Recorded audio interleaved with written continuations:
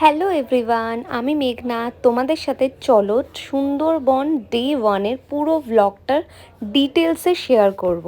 তো দেখতে থাকো।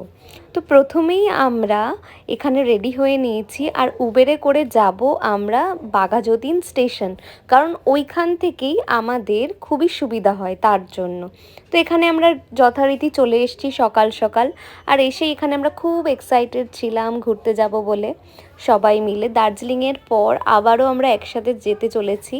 যাই হোক, এদিকে আমরা ক্যানিং স্টেশনে নেমে গেছি, আর ক্যানিং স্টেশনেই তোমাদেরকে আসতে হবে সুন্দরবন যেতে গেলে।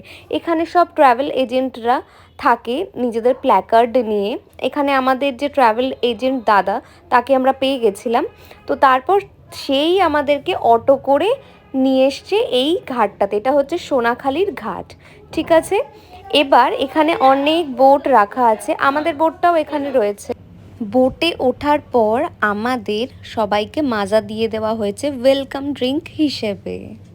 হ্যালো এভরিওয়ান, আমি মেঘনা, আর আজকে আমরা চলে এসেছি সুন্দরবনে। আর সুন্দরবনে হচ্ছে আমাদের এটা বোট, আর বোটটারও একটা ট্যুর তোমাদেরকে অবশ্যই দেব। আর এখন বেশ ভালোই লাগছে, ভালো রোদ আছে, মানে গরম লাগছে আর কি। তো চলো দেখতে থাকো ভিডিওটা। বলে রাখি, ব্রেকফাস্টে আমাদেরকে দেওয়া হয়েছিল মোয়া, আলুর তরকারি আর কচুরি, যেটা খুব টেস্টি ছিল। এটা হচ্ছে বোটের উপরটা, আর বোটের যে নিচটা সেটাও তোমাদেরকে দেখিয়েছি। নিচে খাট পাতা রয়েছে, যে যার মতন লাগেজ রেখে রিল্যাক্স করতে পারবে।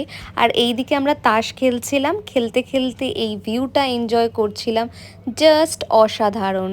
সামনে এরকম বড় নদী, আর চারিদিকে বোট রয়েছে, নৌকা রয়েছে ছোট ছোট, আর চারিদিকে জঙ্গল, তার মাঝে আমরা, উফ, আলাদাই একটা ফিলিংস।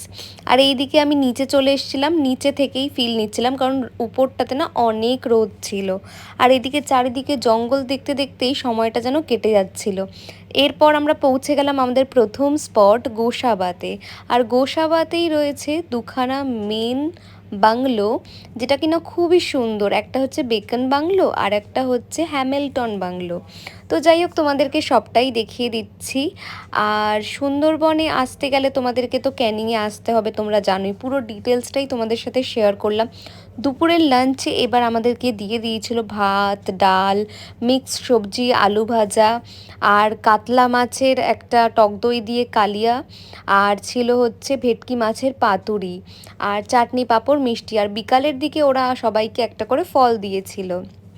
যাই হোক, এইভাবেই দেখতে দেখতে, এই সুন্দর সূর্যাস্ত দেখতে দেখতে দিনটা মানে কিভাবে যে কেটে যাচ্ছিল, মানে বোঝাই যাচ্ছিল না। যাই হোক, এই ভিউটা এতটাই সুন্দর, তাই তোমাদের সাথেও শেয়ার করলাম। এইবার বলে রাখি, আমাদের সুন্দরবনে যেই ট্রাভেলটার সাথে আমরা এসছি, সেই ট্রাভেলের নামটা হলো জয়মা কালী ট্রাভেলস, ঠিক আছে। আমি নামটা অবশ্যই ডেসক্রিপশানে দিয়ে দেব।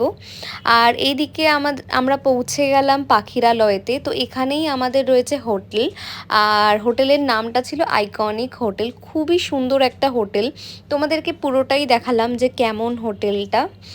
আর এত সুন্দর হোটেল, মানে খুবই পরিষ্কার। বাথরুমটাও তোমাদেরকে দেখিয়ে দিচ্ছি যে কতটা পরিষ্কার। যাই হোক, এবার সন্ধেবেলা ওরা আমাদেরকে টিফিনে দিয়ে দিয়েছিল চাউমিন। আর তারপর তো এখানে হচ্ছিল ওই ঝুমুর নাচ, সেটাও তোমাদের সাথে অবশ্যই শেয়ার করব। আমরা তিনতলায় ছিলাম, আর তিনতলাতেই ছিল হচ্ছে ছাদটা। ছাদটা জাস্ট দেখার মতন, আর পুরো হোটেলটা তোমাদেরকে দেখাচ্ছি, দারুণ।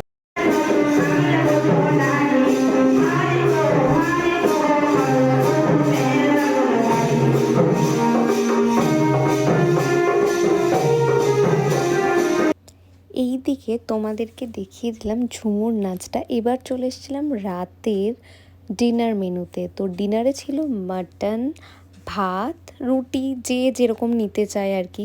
মাটন না খেলে অন্য অপশানও ছিল। যাই হোক, মাটনটা কিন্তু দুর্দান্ত হয়েছিল। আর ডে ওয়ানের ভিডিওটা কেমন লাগলো অবশ্যই জানিও।